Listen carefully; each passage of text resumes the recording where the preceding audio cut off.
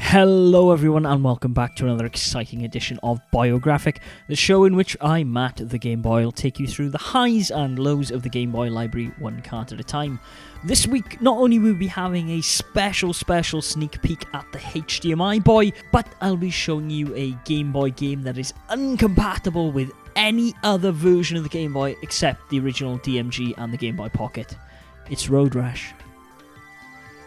As you might expect from my love of certain 8-bit Nintendo handhelds, mine was never really a Sega household. Fortunately, my cousin's was. It's where I got to experience a lot of Mega Drive classics like Golden Axe, The Revenge of Shinobi, and of course the Sonic series. One game, however, that I really remember loving was Road Rash, which, despite my hatred of racing games, blew my tiny little mind. However, there is one huge problem with the Game Boy version of this game, one that has probably seen many of the carts of this titles lining bin bags the world over and leaving many collectors thinking that perhaps they got a dead copy. Those of you who tried to play Road Rash in a Game Boy Color, Advance or Game Boy Player will be familiar with this issue, as yes, for reasons still unanswered, Road Rash is one of the very few licensed carts that is incompatible with the later members of the Game Boy family.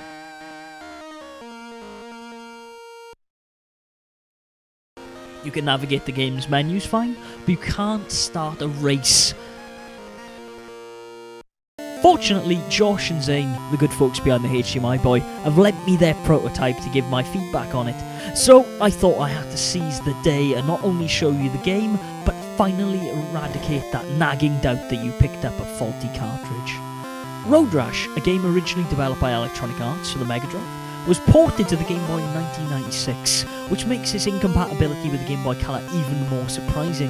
This port was handled by Code Monkeys and published by Ocean, which to some people may suggest the level of quality there within. However, for all intensive purposes, there is somewhat of a solid port of this game here. For those of you who have never played Road Rash before, let me explain.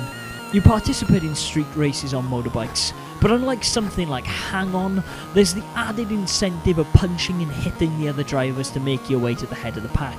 The game's title incidentally refers to the slang term for a motorcycle falls friction burns, where skin comes into contact with the ground at high speed, which then means there's no surprise that you will find yourself falling off the bike multiple times in this game, either by hitting obstacles, cars, or being forcibly removed from your vehicle by the fist or a pipe of another driver.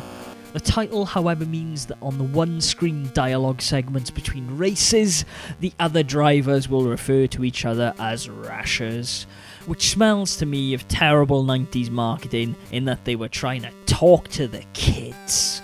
And it's probably the same folks who came up with the name Skate or Die, which Electronic Arts also developed.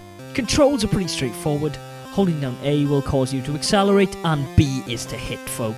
The goal is to finish in the top 4 of each race in a level to advance to the next difficulty stage, where turns are less forgiving and races get longer. And this is where Road Rash starts to unravel. The game attempts to replicate Sega's Superscaler on a technically lesser console. Like most rear-view racers on the Game Boy, sacrifices a lot of the graphical fidelity in order to achieve this, meaning a lot of the time cars and obstacles will tick towards you, feeling a lot like a Tiger handheld or a Game & Watch in its 4-frame animation. Some have speculated that this use of the low refresh rate to produce transparent landscapes and vehicles, similar to games like Zaz and Bubble Bobble, is the reason this game doesn't work on the later versions of the Game Boy, but this, to my knowledge, has never been proven. Finishing in a pole position in a race will also net you cash to spend on new bikes, and as a means of measuring a player's options to continue after failing a race. A new bike will increase the player's speed, but there is no real benefit progressing past the mid-range bike, as theoretically you can finish the races faster. However, due to the 4-frame animations of obstacles appearing at the top of the screen, this speed increase gives you no time to evade them, meaning you're going to hit two of the biggest flaws in this version of Road Rash, getting busted and wrecked. Naturally, in an illegal street race, the only two things that can go wrong are being arrested or destroying your bike. Both of these happen in Road Rash quite often due to the randomness of obstacles and the unforgiving nature of bends in the latter races. Wrecking is a pain on the later tracks, as not only does it add more time to the tedious long races, where you have to run back to your bike, but 2 or 3 mistakes will mean that not only you need to pay some of your well-earned race dollars to fix your bike, but perhaps more punishingly make you start the whole thing again. And sometimes this happens 14 miles into a 15-mile race, and it really gets annoying. Getting busted is similar to this in terms of penalty, but happens if you fall off your bike once a police siren is blaring. Even if you do slog it through to the end, beating all 25 races, all you're really rewarded with is a simple text screen congratulating you and giving the option to replay the game. At which stage, I believe they may as well have just drawn a big turd on the screen and it would have annoyed me less. The game's music is not too bad, but after a 15-mile ride becomes a little grating. However, the only thing worse than an extended listening period is accidentally pressing the A or B button between races and having no music at all. Then the game becomes excruciatingly boring, and you're likely just to turn it off altogether. There is a password system involved in this game, but I wouldn't waste my time with it, to be honest, as Road Rash can be a fun game if picked up and played in short bursts, as its simplicity lends itself well to the handheld. If you're looking for a definitive and, dare I say, fun version of Road Rash, you're best looking elsewhere. But if you have a backlit DMG, pop it in and play it for a little while. But if you're going to squint into something like a Game Boy Pocket, then please don't bother picking it up unless you're after a full collection, as it's really not worth the eye strain. And that brings us to the end of another Boyographic, ladies and gentlemen. I hope you've enjoyed.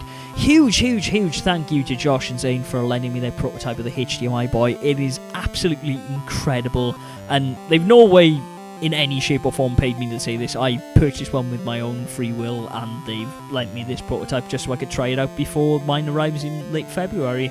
And going back to the Game Boy player to film that segment where the game crashes when you start a race was really bloody painful, because I realised that I'm not going to have the sharpness and fidelity of this HDMYBoy to record videos for another month or so that kind of sucks. But hey, it's made a believer out of me in this console upgrade, and I think it should hopefully do for you guys too. There is going to be a video later next week about me actually reviewing the HDMYBoy itself and showing you some of the pros and cons to it, but unfortunately due to timing issues this video had to come out first. If you've liked it, then please subscribe and share it with other people that you know may be interested. Why not check out some of our other Boyographic videos in which I look at the highs and lows of the Game Boy library. Maybe check out some Boy Curious videos. Fortunately, due to the help of the HDMYBoy, I will be reviewing some of the Sanchen carts before the next month is over, so look forward to that.